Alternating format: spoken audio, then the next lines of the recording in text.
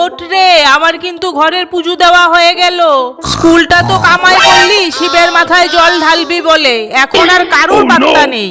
ওঠ ওঠ, স্নানটা করে রেডি হো, আমি কিন্তু পুজোর থালাটা সাজিয়ে নিয়েই জল ঢালতে চলে যাব। আগে দেখো আমি শিব ঠাকুরকে কিভাবে জল ঢালছি, এরপর তোমরা এক এক করে ঢালবে। মা, শিব ঠাকুরের মাথায় জল ঢাললে কি হয়? বাবার মাথায় জল ঢাললে সব মনস্কামনা পূর্ণ হয় আর ভালো বড় পাওয়া যায়। ও, তাই তুই জল ঢালতে এসেছিস দিদি?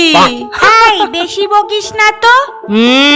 এখানে ঝগড়া নয়। ওম নমঃ শিবায়, ওম নমঃ শিবায়, ওম নমঃ শিবায়।